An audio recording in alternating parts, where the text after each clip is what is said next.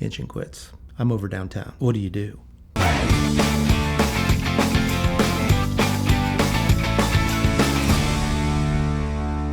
Back 20 years ago or so, I just bought a Cessna 185. Yeah. And I bought it from the Missionary Aviation Fellowship. And it was, lots of time on it. And it had been wrecked and put together and wrecked and put together and then wrecked. One of the guys locally around Wichita, I knew him, and he was retired from that organization, and his brother still was a part of it. And he knew I was looking for a 185, and he told me about this thing. And so his brother flew it from Guatemala to Wichita, and it did fine. And loved it. It was a great airplane, and I messed with it a lot.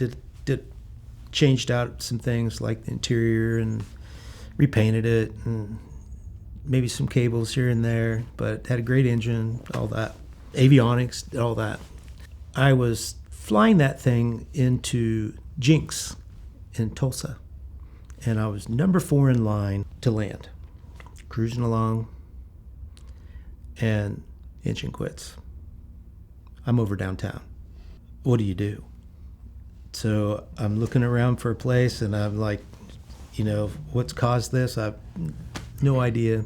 The Arkansas River goes through there, and there's water locks to the north of that where they had it mostly shut off, fortunately, because there are all kinds of sandbars there.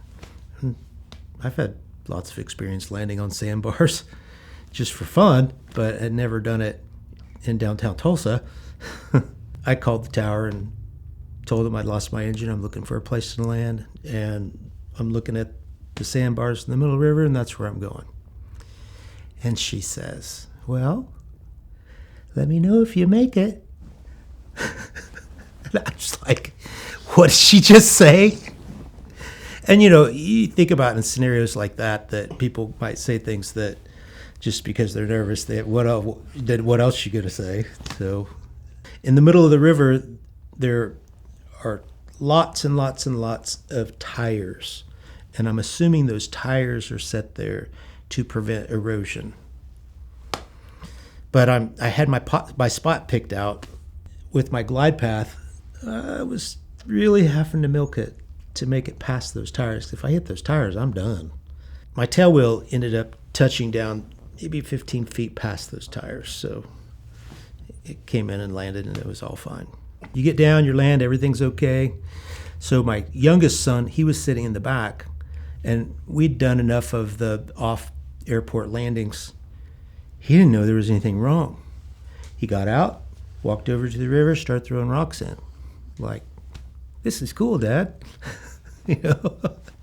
I wanted to figure out what was wrong with this.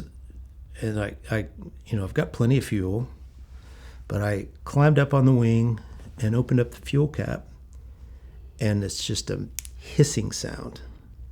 It created a vacuum in there. And I'm like, that's not right.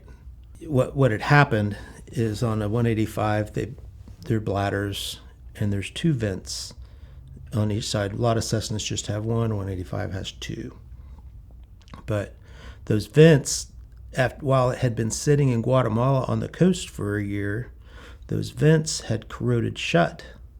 Because there's a little flapper in there that when the air hits them, the flapper opens up and allows air to come in.